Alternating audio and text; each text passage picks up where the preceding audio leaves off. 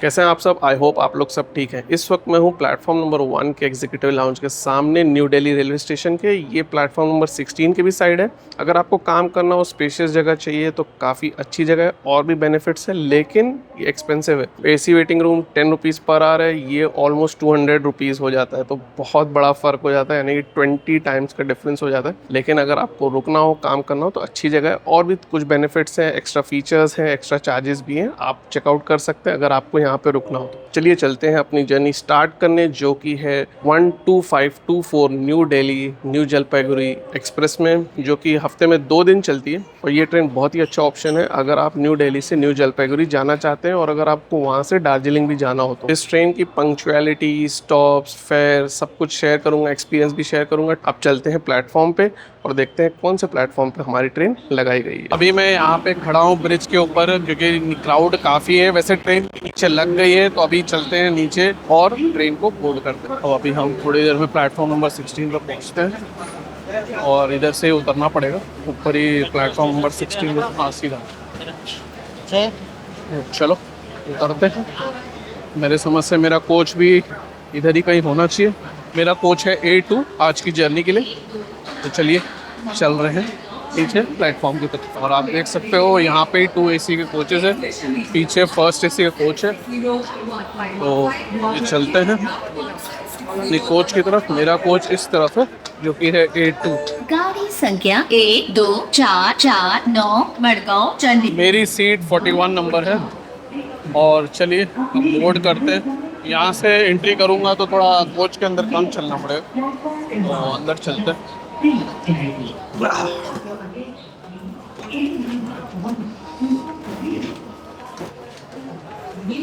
आगे ब्लॉग बनाते हैं। हाँ जी भाई।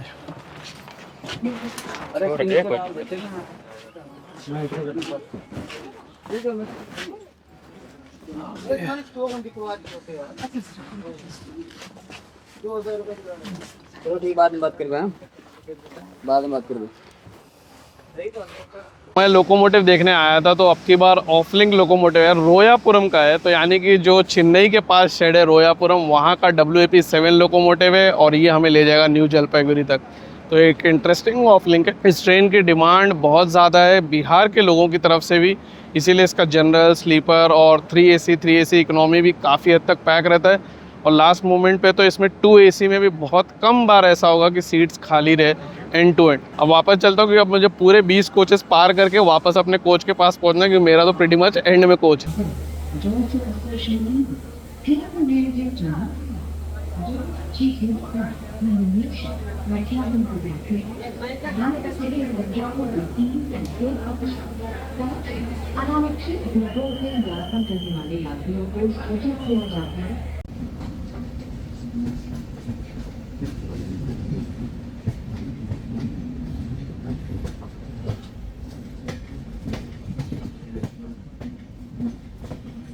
हमारी ट्रेन एकदम शार्प ऑन टाइम चली है न्यू दिल्ली रेलवे स्टेशन से 3:10 पे।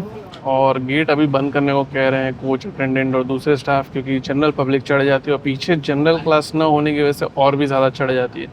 तो अगर आप जनरल या स्लीपर में ट्रैवल कर रहे हैं तो याद रखिए, ये ट्रेन के सारे स्लीपर और जनरल आगे की तरफ है, यानी कि इंजन के पास है अगर आप न्यू जलपाईगुड़ी जा रहे हो। और अगर आप वहाँ से आ रहे हैं तो इसमें एकदम पीछे रहते हैं। चलिए देखते हैं कुछ इंटरेस्टिंग नज़ारे जब तक कि हम पहुँचते हैं गाज़ियाबाद, और उसके बाद हमारा स्टॉप है मुरादाबाद। तो आज दिन में तो खाली सिर्फ 3 ही स्टॉप है, गाज़ियाबाद, मुरादाबाद और लखनऊ। तो लखनऊ तो वैसे 11:30 बजे आएगा, तो उसे दिन में नहीं कहना चाहिए, तो रात हो जाएगी। चलिए जो भी है इंजॉय करते हैं इस अच्छे मौसम में। कुछ फैंटास्टिक रन होना चाहिए, तब मज़ा आएगा। ज़्यादा अनस्केड्यूल्ड हॉल्ट रहता है तो मज़ा नहीं आता ना। देखते हैं कैसी रहती है पंक्चुअलिटी और कैसा रहता है रन।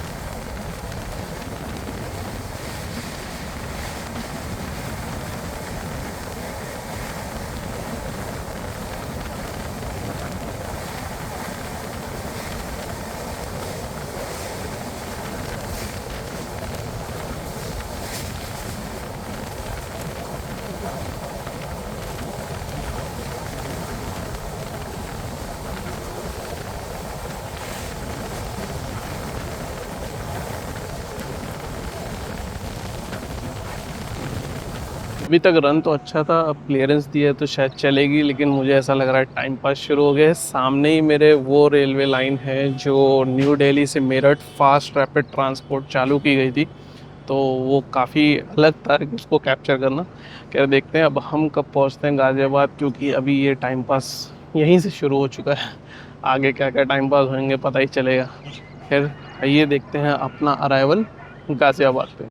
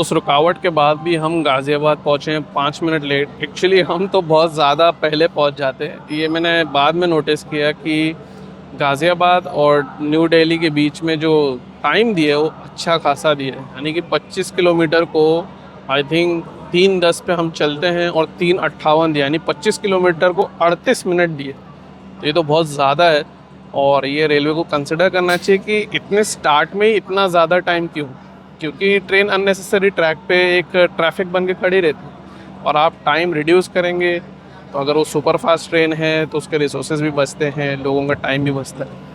क्या वजह है मुझे नहीं पता।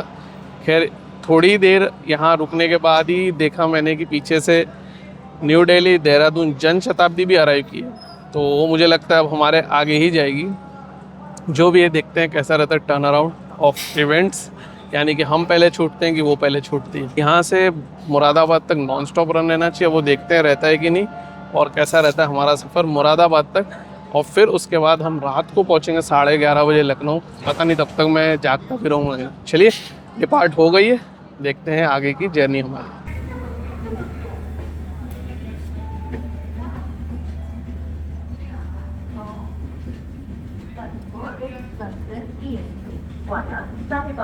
दिल्ली प्लेटफॉर्म क्रमांक 4 पर आ रही है।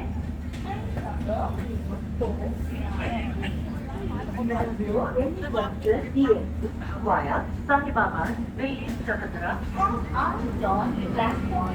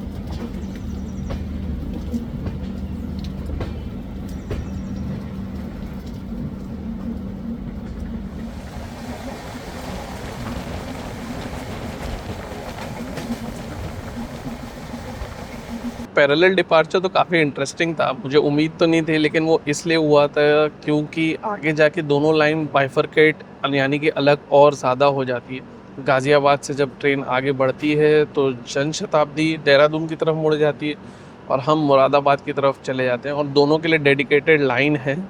तो जैसा कि आपने अभी देखा, तो इसलिए वो पैरेलल रन हुआ था।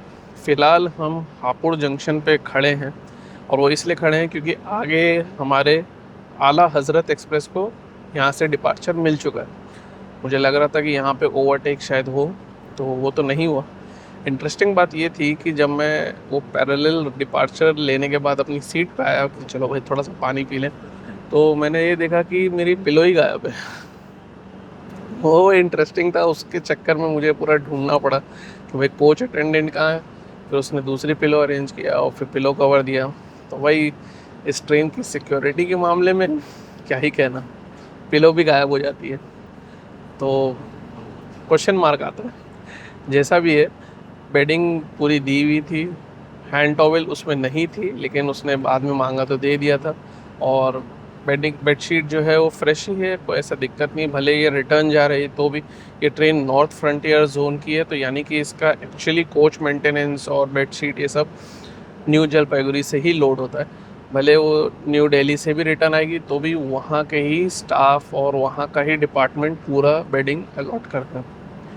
तो चलिए अब देखते हैं आगे कैसा रन रहता है। अनस्केड्यूल्ड हॉल्ट का सेशन तो चल ही रहा है, शायद क्लियरेंस दे दिया, अब चलना चाहिए। और देखते हैं कब हमारी ट्रेन आला हज़रत एक्सप्रेस को ओवरटेक करती है।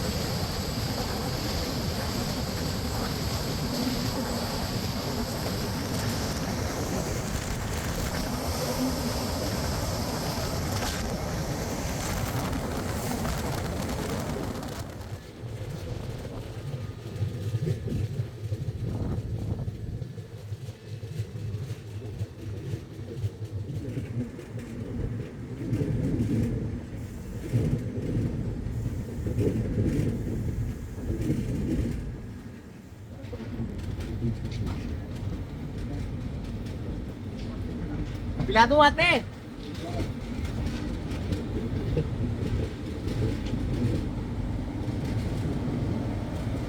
बैन करो वो वीडियो बता दो।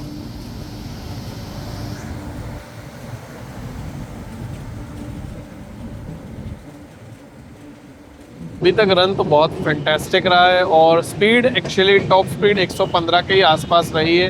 तो मैंने कई बार स्पीडोमीटर पे चेक किया जब मुझे लग रहा था कि ट्रेन बहुत ही फास्ट चल रही थी, लेकिन मैंने देखा 115 का ही रेंज पड़ रहा था ट्रेन का। या कभी कभार 120 गई होगी तो गई होगी, प्लस माइनस 5 तो चलता ही है। दो खास ओवरटेक देखे, पहले तो आला हजरत एक्सप्रेस का आपने देखा, और अभी हम जो कि मुरादाबाद के आउटर पे, उससे पहले ही हमने वो वाली ट्रेन का भी ओवरटेक देखा जो कि जा रही है कामाख्या यानी कि गुवाहाटी की तरफ। तो उसका अराइवल हमारे से पहले है, लेकिन शायद वो सुपरफास्ट कैटेगरी की ट्रेन नहीं है तो इसलिए उसे शायद रोक दिया गया और हमें आगे कर दिया गया। वो बरेली रुकती है, हम बरेली नहीं रुकेंगे। तो मुझे उम्मीद है कि हम अब देहरादून लखनऊ वंदे भारत एक्सप्रेस के पीछे थोड़ा एक अच्छा रन परफॉर्म करेंगे। अभी इस तरफ मैं इसलिए खड़ा हूँ क्योंकि मुझे उम्मीद है कि शायद हमें काठगोदाम वाली शताब्दी एक्सप्रेस दिखनी चाहिए। चलिए पहले देखते हैं अराइवल जो कि हमारा है मुरादाबाद पे, और फिर देखते हैं साथ ही साथ हमें काठगोदाम शताब्दी दिखने के लिए।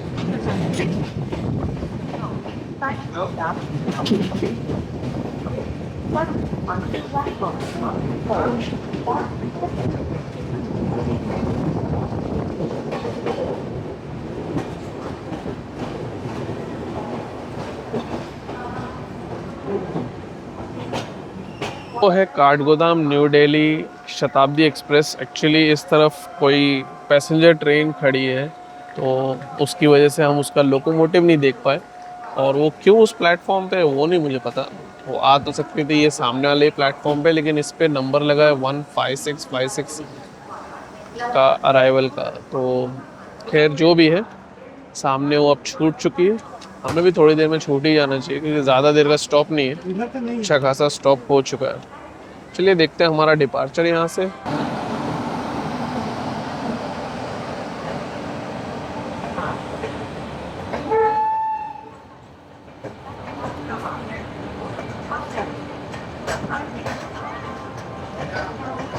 अभी आपको काठगोदाम शताब्दी एक्सप्रेस का डिपार्चर दिखाई था और उसकी टाइम ये भी ट्रेन अराइव की है 15656 जो कि वीकली एक्सप्रेस है, जिसको हमने जस्ट ओवरटेक किया था और हमारा डिपार्चर भी स्टार्ट हो गया। तो ये interesting turn around of events हुआ है कि एक ट्रेन डिपार्ट की है, दूसरी ट्रेन अराइव की और फिर हम भी अराइव किए।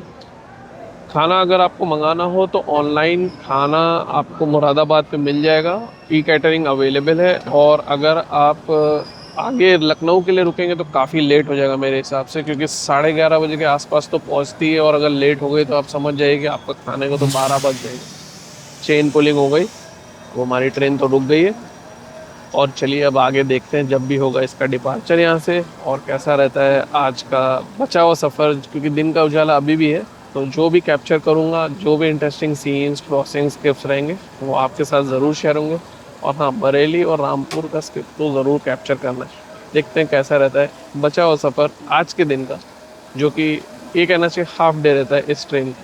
और कल का दिन तो भाई कल का दिन ही है, क्योंकि कल तो 6 बजे के बाद ही हम पहुँचेंगे न्यू जलपाईगुड़ी।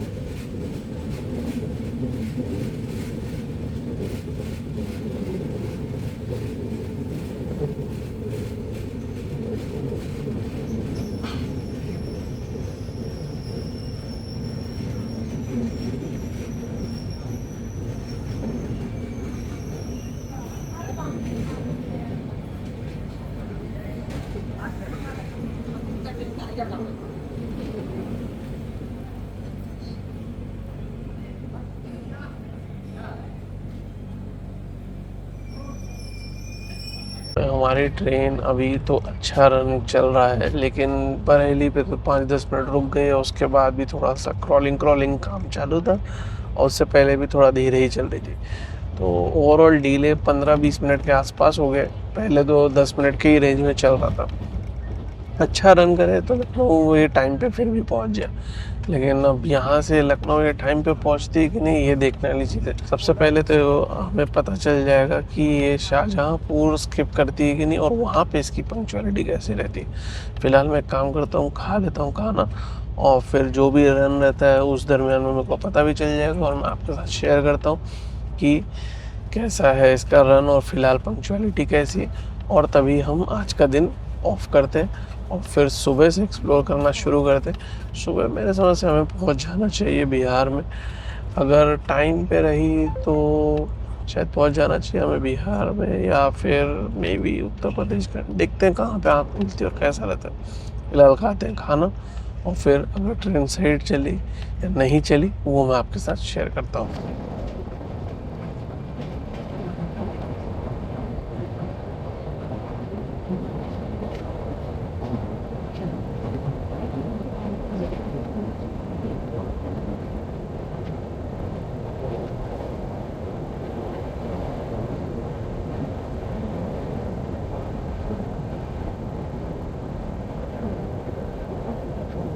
वही शाहजहाँपुर जंक्शन का तो स्किप ज़बरदस्त था। आई थिंक 100 की स्पीड पे किया था स्किप। खाना वाना खा लिया है, 9 के भी ऊपर हो गया है। थोड़ा आराम करते हैं, मिलते हैं सुबह और जर्नी कंटिन्यू करते हैं और देखते हैं कब कहाँ आँख खुलती है और फिर कल का दिन कैसा रहता है। फ़िलहाल के लिए good night, see you in the morning.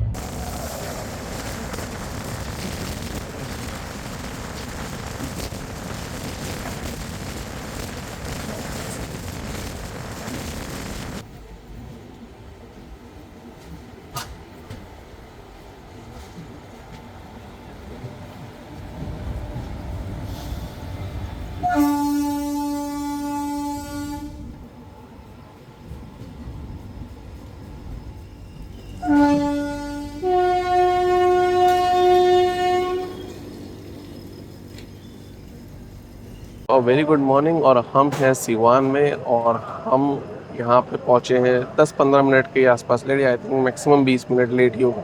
मैं चेक नहीं कर पाया क्योंकि अभी थोड़ी देर पहले ही उठा था और फिर मैं थोड़ा फ्रेशन अप हुआ और सोचा कि नाश्ता वास्ता करने से पहले सीवान आ रहा है, सीवान देखते हैं। और उससे पहले हमें छपरा LTT एक्सप्रेस यानी कि जिसको फेमसली गोदान एक्सप्रेस कहते हैं, उससे भी मुलाकात हुई थी, तो वो भी मैंने आपको इसीलिए दिखाया था यहाँ पहुँचने से पहले। तो मौसम बहुत अच्छा है और बारिश हो रही है तो ये थोड़ा डिफ़िकल्ट हो जाता है क्योंकि बारिश भी अच्छी खासी हो रही है।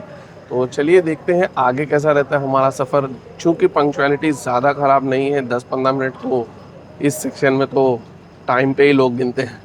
तो उस हिसाब से देखा जाए तो मुझे लगता है कि आगे भी सब सही रहना चाहिए। फिर भी देखते हैं बिहार में हमारा रन कैसा रहता है, क्योंकि अगर बिहार में हमारा रन सही रहता है तब फिर ये ट्रेन न्यू जलपाईगुड़ी तो मेरी समझ से टाइम पे पहुंच जाना चाहिए, क्योंकि दोपहर के 1 बजे तक काफ़ी स्टॉप्स रहेंगे। फिर उसके बाद 2 ही स्टॉप है और फिर हम पहुंच जाएंगे हमारी मंजिल पे। देखते हैं जैसा भी रहेगा रन मैं आपको बताऊंगा। और सोच रहा हूँ कि समस्तीपुर पे ऑनलाइन फूड ऑर्डर करके एक बार देखूँ, तो वो भी अगर करूँगा तो वो भी आपको बताऊँगा। देखते हैं यहाँ से डिपार्चर और फिर आगे की जर्नी एक्सप्लोर करते हैं।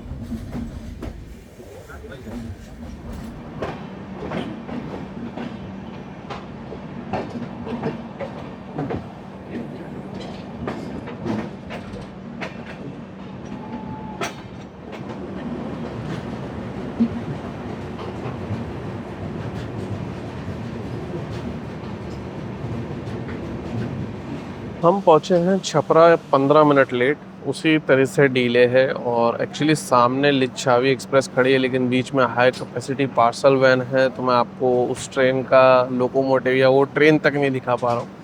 तो व्यू जो है वो ऑब्स्ट्रक्ट हो गया। यहाँ पे से अब हमारा डायरेक्ट स्टॉप है सोनपुर, वो भी एक इम्पोर्टेंट शहर है बिहार में। यहाँ के एक व्यूअर ने मुझे रिक्वेस्ट किया था कि भाई, जब मैं डिब्रूगढ़ राजधानी में ट्रैवल किया था और छपरा एक्चुअली मिस हो गया था क्योंकि उसमें थोड़ा लेट आता है रात को, तो उन्होंने रिक्वेस्ट किया था कि भाई फिर से करना हो और छपरा कवर कर लेना। तो भाई डिब्रूगढ़ राजधानी का प्लान तो बनाया था, लेकिन अब वो कुछ फैमिली कमिटमेंट्स की वजह से कैंसिल हो गया, तो इसलिए वो तो कवर नहीं हो पाया। लेकिन हाँ, छपरा जंक्शन पे इस वक्त हूँ। और आपने मेरा वीडियो देखा, आपने सजेशन भेजा, उसके लिए बहुत बहुत धन्यवाद। अगर फिर भी कोई मौका मिला फिर से डिब्रूगढ़ राजधानी में ट्रैवल करने का और छपरा दिखाने का, तो ज़रूर कोशिश करूँगा दिखाने की। अब यहाँ से हम पहुँचते हैं कहाँ पे, सोनपुर, और उसके बाद एक अच्छा ब्रिज पड़ता है। चलिए यहाँ से देखते हैं डिपार्चर और फिर देखते हैं कब हम पहुँचते हैं सोनपुर जंक्शन।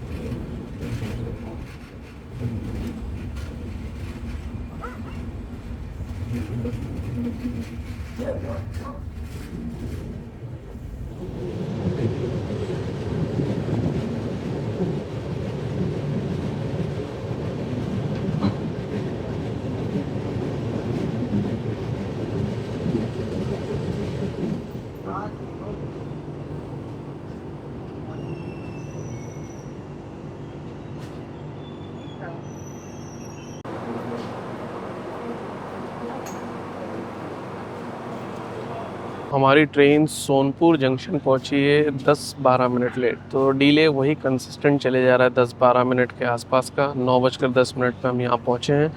यहाँ से अगर आपको पटना जाना है तो भी आप जा सकते हो। यहाँ से आई थिंक कोई आपको ट्रेन भी मिल सकती है, गाड़ी भी मिल सकती है, रिक्शा भी मिल सकता है, शायद बस भी मिल जाए, क्योंकि पटना यहाँ से ज़्यादा दूर नहीं है। हाजीपुर भी यहाँ से ज़्यादा दूर नहीं, वो भी सिर्फ 5 ही किलोमीटर है। लेकिन अगर आप हाजीपुर जाएंगे तो पहली बात तो आपको सोनपुर से हाजीपुर का टाइम स्पेंड होगा, और फिर उसके बाद आपको हाजीपुर से वापस पटना आना पड़ेगा, उसका अलग टाइम स्पेंड हो। तो पटना जाने के लिए मेरे समझ से यहाँ उतरे तो ज़्यादा बेहतर है। खान पान के बारे में बताऊँ, नाश्ता पानी तो मैंने खुद का लाया था, तो मैंने कर लिया ऑन बोर्ड। जो सो कॉल्ड साइड पेंट्री है भाई, उनका कुछ पूछो ही मत, बोलो ही मत, वो वाला हाल है। क्वालिटी एकदम पथेटिक है। ई कैटरिंग ऑप्शन आप ले सकते हो। तो चलिए देखते हैं यहाँ से हमारा रन हाजीपुर का। बीच में वो जो ब्रिज है वो आपको दिखाऊंगा, और फिर देखते हैं हम कब पहुँचते हैं हाजीपुर। डिपार्चर हो गया 9:12 पे, 2 मिनट के हॉल्ट के बाद।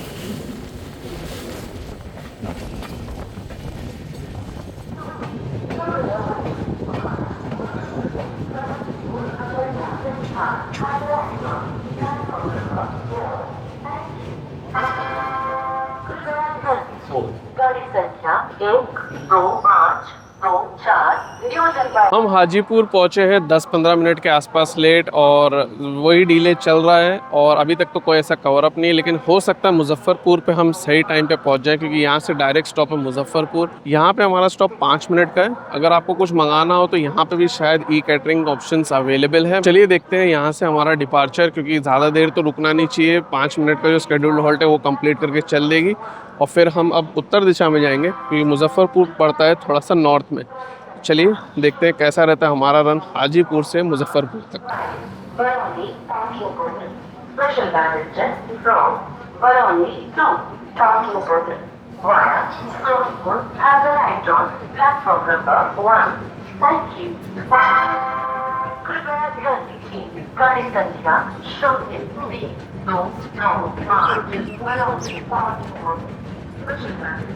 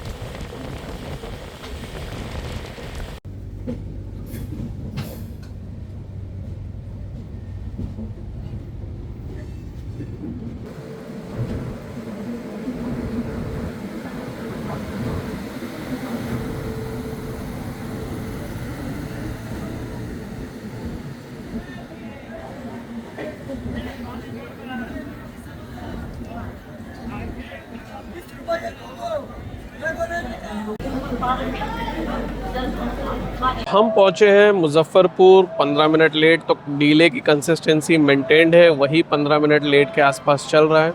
और यहाँ पे प्रीटी मच सभी ट्रेन रुकती, काफ़ी ट्रेन यहाँ से स्टार्ट भी होती है।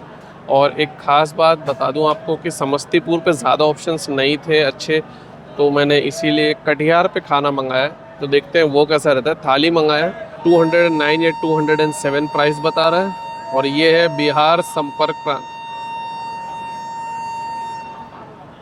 और ये था क्लियरेंस बिहार संपर्क क्रांति एक्सप्रेस का जो जा रही है नई दिल्ली। तो ये तो कल सुबह पहुंचेगी। वैसे ये भी काफ़ी फैंटास्टिक ट्रेन है डिमांड के पर्सपेक्टिव से। स्पीड और पंक्चुअलिटी तो कभी मैंने एक्सपीरियंस किया नहीं, फिर भी डिमांड इसकी ज़बरदस्त है। चलिए अब देखते हैं हमारा यहाँ से डिपार्चर कब होता है। यहाँ से अगला स्टॉप है समस्तीपुर। चलिए देखते हैं हमारा रन कैसा रहता है समस्तीपुर की तरफ। और ये साइमल्टेनियस डिपार्चर ऑपोजिट डायरेक्शन में हो रहा है 2 ट्रेन का।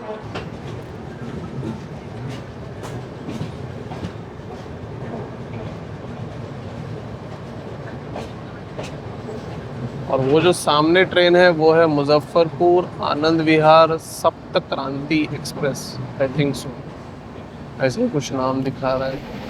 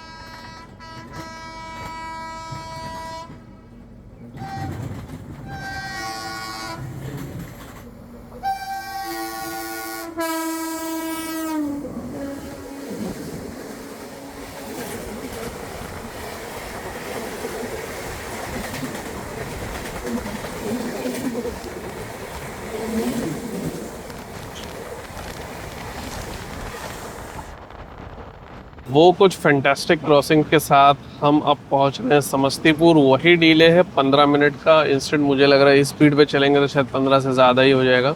ये बहुत ही इंपॉर्टेंट स्टेशन है और अभी मैं आपको इसका अराइवल दिखाता हूँ। और दूसरी खास बात आपको बताऊँ, अगर आपने कोई लोकोमोटिव पे देखा है समस्तीपुर या SPJ लिखा हुआ, तो वो यही जगह है, यहीं का वो शेड है। चलिए आइए देखते हैं यहाँ का अराइवल। उसके बाद तो और भी स्टॉप्स आएंगे जो कि मैं आपको शेयर करूँगा। पहले देखते हैं अराइवल समस्तीपुर का।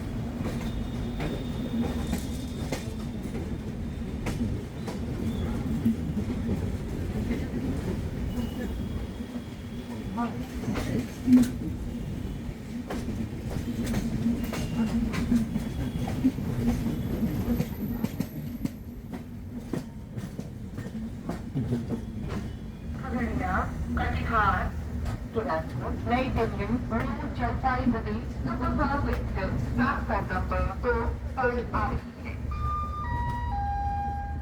For your kind attention, train number 12524 from Waiteville to Khगड़िया, Katihar, नई दिल्ली,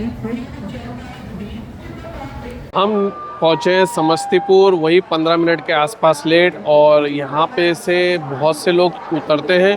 मुजफ्फरपुर पे भी काफ़ी लोग उतरे थे, और यहाँ के बाद अब थोड़ा बोर्डिंग कम हो जाती है और उतरना ज़्यादा रहता है। वैसे हमारा आखिरी स्टॉप भी इस ट्रेन का जो है वो बिहार में ही रहेगा, तो उतरना चढ़ना तो जारी ही रहेगा।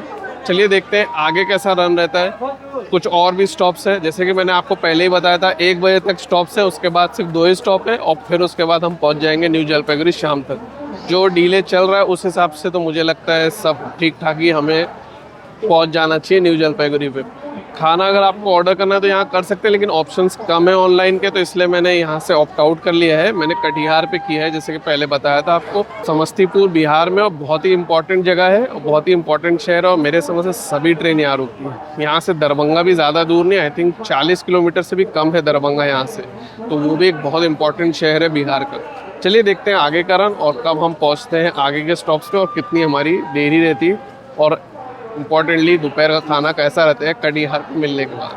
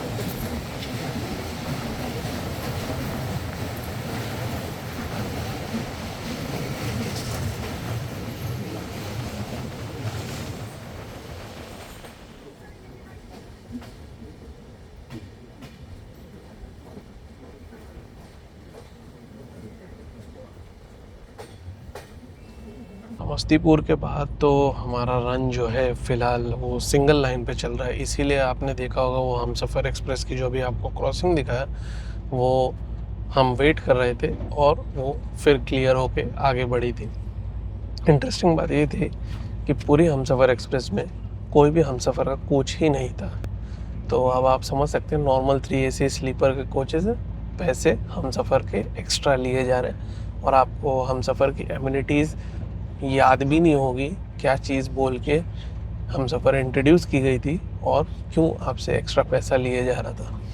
तो ये होता है भाई, कुछ चीज़ें इनोवेट करना, इंट्रोड्यूस करना अच्छी चीज़ है, लेकिन अननेसेसरी चार्ज लेके कुछ भी ना देना, ये कहाँ की जस्टिफिकेशन है।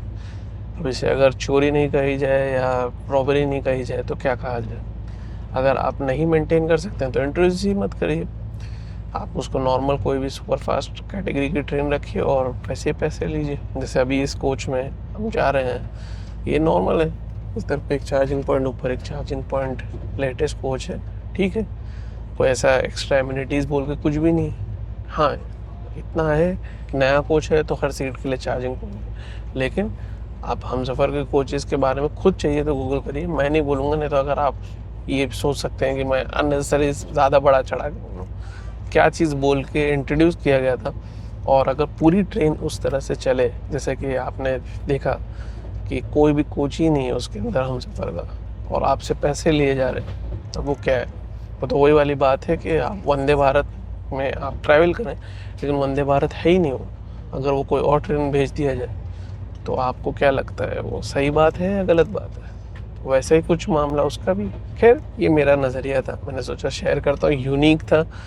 हमसफ़र एक्सप्रेस देखी है, उसमें कोचेज़ रहते हैं, कुछ 3 AC के भी कोचेज़ आ जाते हैं, उसका मैं ना नहीं बोलता, लेकिन अब इसमें तो कुछ भी नहीं था। चलिए आगे हम देखते हैं कब पहुँचते हैं कगारिया जंक्शन। वहाँ पे हम टाइम पे ही पहुँचना चाहिए, क्योंकि टाइम अच्छा खासा अलॉट किया है डिस्टेंस सिर्फ 56 किलोमीटर्स ऐसे। लेकिन अभी रोसेरा घाट पे जो कि आपने देखा अराइवल, वहाँ पे तो हम लेट पहुँचे थे, वहाँ सिग्निफिकेंटली लेट हो गए थे वही क्रॉसिंग के चलते। खैर अभी स्पीड अच्छी हो गई, तो मुझे उम्मीद है कि ज़्यादा डिले तो नहीं होना चाहिए कगारिया जंक्शन पे। हमारी ट्रेन कगारिया जंक्शन के आउटर पे खड़ी है, ऑलमोस्ट 5 मिनट हो चुके हैं, और क्यों खड़ी है मुझे नहीं पता, क्योंकि जब मैंने स्टेटस चेक किया तो स्टेशन तो खाली दिखा रहा है, सिर्फ अवध आसाम एक्सप्रेस जो डिब्रूगढ़ से आ रही है वो अराइव करने वाली है। तो वैसे मुझे तो लग रहा है शायद वो अराइव भी कर चुकी है, और अभी हमारी मुलाकात भी हुई, क्योंकि यही लाइन से वो आगे बरौनी की तरफ जाएगी। एक्चुअली खगारिया से बरौनी की तरफ मेन लाइन है, जो 12423 डिब्रूगढ़ टाउन न्यू दिल्ली राजधानी एक्सप्रेस है, मैंने जर्नी किया है उसमें, वो यहीं से मुड़ जाती है उस तरफ। और जो लॉन्गर रूट लेती है, जो समस्तीपुर होते हुए आती है, वो एक्चुअली जिस लाइन से हम आ रहे हैं वो वाले रूट से वो आती है। तो ये लाइन का बाइफर्केशन है। एक लाइन भी जाती है जो कि सिंगल लाइन है, वो चली जाती है और नॉर्थ की तरफ, वो कोई राजधानी एक्सप्रेस मुझे तो नहीं याद है कि उस पर चलती है। खैर, शायद अब क्लियरेंस मिले और ट्रेन आगे चले। देखते हैं अराइवल हमारा कगारिया जंक्शन पे।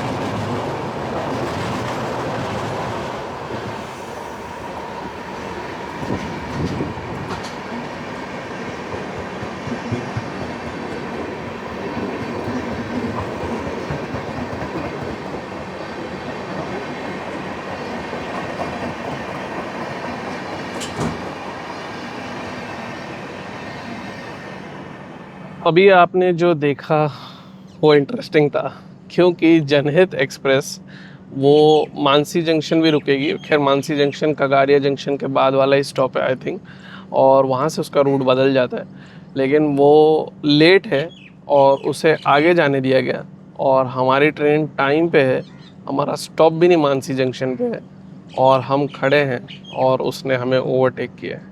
ये ऑफिशियली ओवरटेक है, बिकॉज हम एक ही लाइन पे आगे प्रोसीड करने वाले हैं, एटलीस्ट टिल मानसी जंक्शन। तो ये कह सकते हैं कि भाई वो यहाँ के लोकल लोगों के लिए ट्रेन है, तो इसलिए उसको ज़्यादा प्रायोरिटी दे दी है, या जो भी वजह है, ये है कंट्रोलिंग।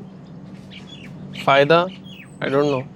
जितनी देर में वो आई है और जितनी देर में हमारा स्टॉप है कगारिया जंक्शन पे, हम पहुँच के रुक के निकल भी जाते, तब भी वो आई नहीं होती। भाई जिसको जैसा करना हो, मुझे नहीं मालूम आगे कौन कौन सी चीज़ें होंगी, लेकिन इसीलिए सब चीज़ टाइम पे होते हुए भी जब तक आप मंजिल पे अपने टाइम पे ना पहुंचो, इंडियन रेलवेज़ में कुछ भी टाइम पे नहीं होता। पहले का जो टाइम पे है वो जो लोगों की मंजिल थी उस पे टाइम पे था। आपने देखा टाइम पे तो हम कभी भी कहीं पे भी नहीं रहे, और यहाँ पे पहली बार हम टाइम पे हो सकते थे, तो यहाँ पे भी हम अब टाइम पे तो नहीं, और फिर वही 15 मिनट हम लेट तो एटलीस्ट रहेंगे। चलिए देखते हैं अराइवल कगारिया जंक्शन पे। आई होप इसके अलावा कोई और ओवरटेक ना होता हो, वो भी अगर होगा तो मैं आपको दिखाऊंगा। फिलहाल देखते हैं अराइवल कगारिया जंक्शन पे।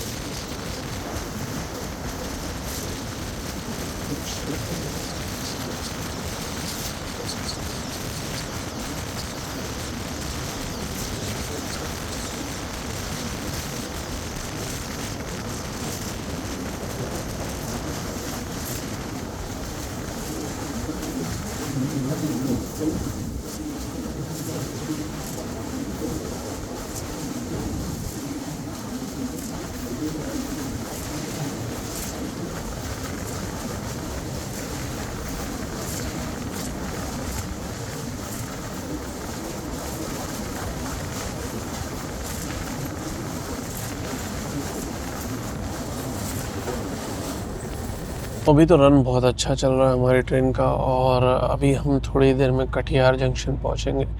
और इंटरेस्टिंग बात मैंने ये देखा कि कटिहार पे जब अराइवल चेक कर रहा था तो पता चला कि डिब्रूगढ़ टाउन जाने वाली राजधानी एक्सप्रेस, यानी कि 12424 शायद उसका नंबर है, वो अभी कटिहार पे खड़ी है। तो ये काफ़ी इंटरेस्टिंग था कि वो 5.5 घंटे ज़्यादा लेट है। और मुझे हंसी इसलिए आ रही है कि यार वो ट्रेन जनरली इतना लेट होती नहीं, ख़ास तौर से अगर विंटर सीज़न नहीं है। विंटर सीज़न में ट्रेन्स नॉर्थ की रैंडमली लेट होती हैं फॉग और विजिबिलिटी इश्यू की वजह से, लेकिन आज क्यों लेट है पता नहीं। खैर जो भी है, अच्छा ये है कि वो आ गई है। पीछे रहती तो हमें कहीं पे साइड वाइड करके फिर टाइम पास ही होता। अब यहाँ पे रुकता हूँ मैं, जब कटिहार स्टेशन आएगा अराइवल आपको दिखा दूँगा, लेकिन इंतज़ार करूँगा कि कब आता है बंदा खाना लेके। मोस्टली उस सीट पे ही आना चाहिए, अगर वो आता है तो ठीक है। ऑर्डर कंफर्म हो गया है ये तो पता है। कैश ऑन डिलीवरी मैंने चूज़ किया है, आप भी cash on delivery he choose करिएगा। आप फ्रंट पे मत करिएगा, क्योंकि अगर वो नहीं डिलीवर होता है तो उसका रिफ़ंड प्रोसेस में आपको परेशानी हो सकती है और वो एक ज़बरदस्ती का झंझट हो जाए। तो मेरे हिसाब से कैश ऑन डिलीवरी बेस्ट है। चलिए देखते हैं कटिहार जंक्शन का अराइवल, और फिर देखते हैं अपना खाना कैसा रहता है।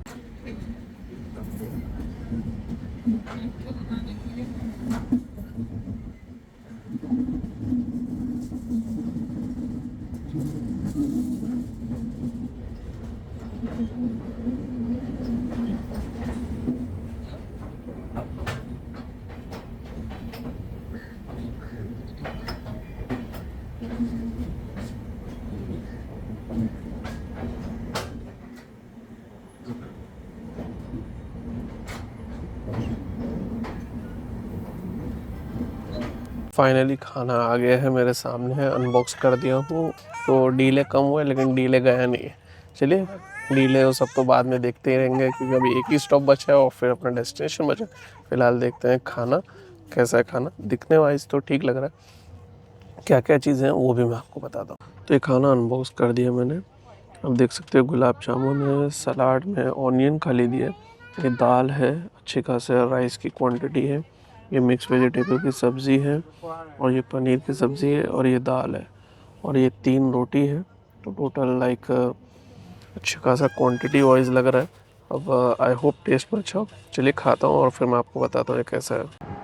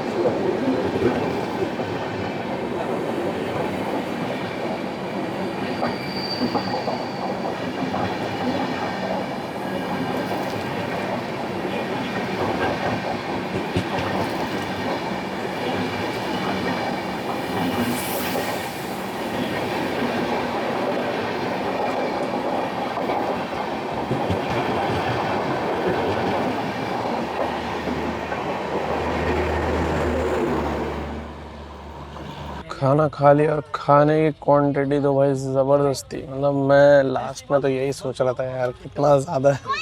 So quantity point of view से एकदम सही था। टेस्ट पॉइंट ऑफ व्यू से मैं बोलूँगा थोड़ा सा 19 था, तो वो मुझे समझ में आ गया कि क्यों इसकी रेटिंग 4 थी, क्योंकि टेस्ट में इम्प्रोवाइजेशन की स्कोप थी, बुरा बिल्कुल नहीं था। और 207 के हिसाब से तो मेरे समझ से वैल्यू फॉर मनी था। आई मीन उतना खाना आपको 130 की 2 थाली लेंगे, पता नहीं तो भी होगा कि नहीं होगा। आई मीन वैरायटी भी अच्छी थी, इन द सेंस 2 सब्जियां और पनीर के पीसेस भी अच्छे थे। तो ओवरऑल खाना डेफिनेटली मैं ये कह सकता हूँ कि आप कटिहार पे ले सकते हैं, और ये ऑप्शन अच्छा है अगर आपको इनका खाना नहीं खाना है, जो कि मुझे तो पर्सनली बिल्कुल पसंद नहीं। और जिस हिसाब से जो दे रहे थे और जो प्राइस पे दे रहे थे, पूछो ही मत, लूट मारी थी। तो ये था खाने का रिव्यू। और फिलहाल जो आप देख रहे हैं, हम जो एकदम धीरे धीरे चल रहे हैं, ये एक्चुअली हम दंडखोरा से छूटे हैं। चलिए अब देखते हैं कुछ इंटरेस्टिंग नज़ारे जो कि आगे रहेंगे, और कोशिश करूँगा आपको आगे कुछ स्केप्स इंपॉर्टेंट जो स्टेशंस के हैं वो भी दिखाऊँ। और देखते हैं कब पहुँचते हैं किशनगंज। वहाँ तो अब लेट रहने ही वाले हैं, पीछे भी लेट थे, और मुझे उम्मीद भी नहीं है कि अब न्यू जलपाईगुड़ी पे भी हम टाइम पे पहुँचेंगे। अगर अच्छा फैंटास्टिक रन दे तो शायद हम जो स्केड्यूल टाइम है उस पर पहुँच जाए, वरना दूरी तो कटिहार से न्यू जलपाईगुड़ी इतनी है कि वो 2 घंटे में पहुँचा दे, लेकिन सॉरी 3.5 घंटे में पहुँचा दे, लेकिन बस देखते हैं जैसा भी रहेगा रन। फिलहाल एंजॉय करते हैं कुछ बाहर के स्किप्स और नज़ारे, इससे पहले कि हम पहुँचते हैं हमारे फाइनल स्टॉप किशनगंज पे।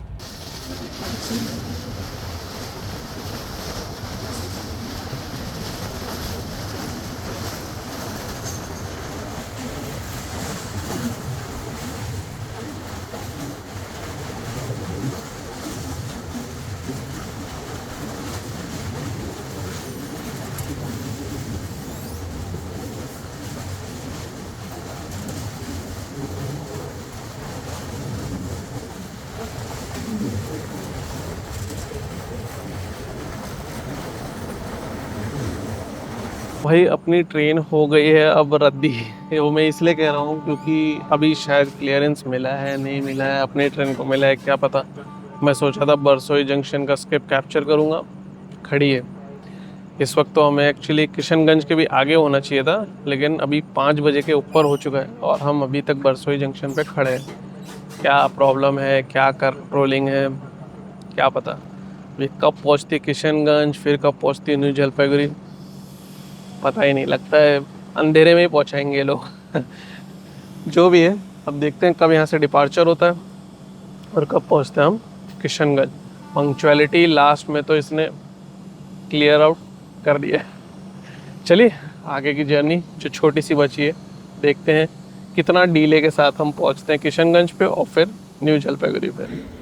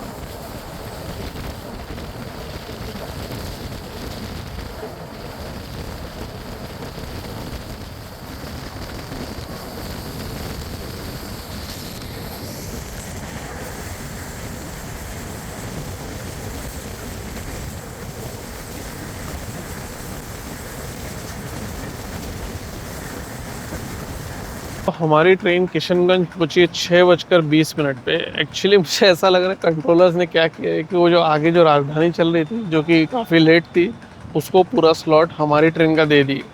और हमारी ट्रेन को तो कुछ समझे ही नहीं है लगता है, क्योंकि वो बराबर वही टाइम पहुंची है। उल्टा ये कहना चाहिए 5 मिनट बिफोर टाइम, अगर हमारे स्केड्यूल्ड अराइवल टाइम से देखा जाए न्यू जलपाईगुड़ी पे। तो ये इंटरेस्टिंग था कि ऐसा क्यों किए, कैसा था, जो भी था। और भाई यहाँ से जो रन था बरसोई से यहाँ तक, तो सुपर पैथेटिक था। यानी कि 2 स्टेशन के बीच में जो फास्ट चलती थी बस उतना ही चलती थी, उसके बाद तो हर स्टेशन पे स्लो, नहीं तो रुक जाना, ये तो फिक्स था। 1.5 घंटा लेट। अब आप समझ सकते हैं थोड़ी देर में तो हो जाएगा सनसेट।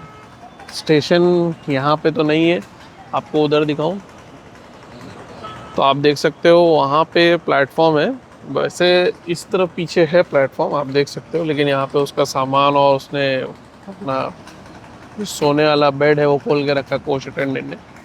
तो खैर कोई नहीं, यहाँ से हम देखते हैं अपना डिपार्चर और देखते हैं कब पहुँचते हैं हम न्यू जलपाईगुड़ी। और जब तक रहती है दिन की रोशनी तब तक जो भी कैप्चर होगा वो भी दिखाते हैं, नहीं तो पहुँचेंगे न्यू जलपाईगुड़ी और जर्नी एंड करेंगे। आई होप 7:30 तक तो एटलीस्ट पहुँच जाए। 90 किलोमीटर भी नहीं है, अच्छे से चला है तो 1-1.25 घंटे में तो आराम से पहुँच जाए। फिर भी फाइंड आउट करते हैं कब हम पहुँचते हैं new Jalpaiguri. 37524 WAP7 Rajendra Nagar capital Kamakhya express, capital express I should say, Kamakhya Rajendra Nagar capital express.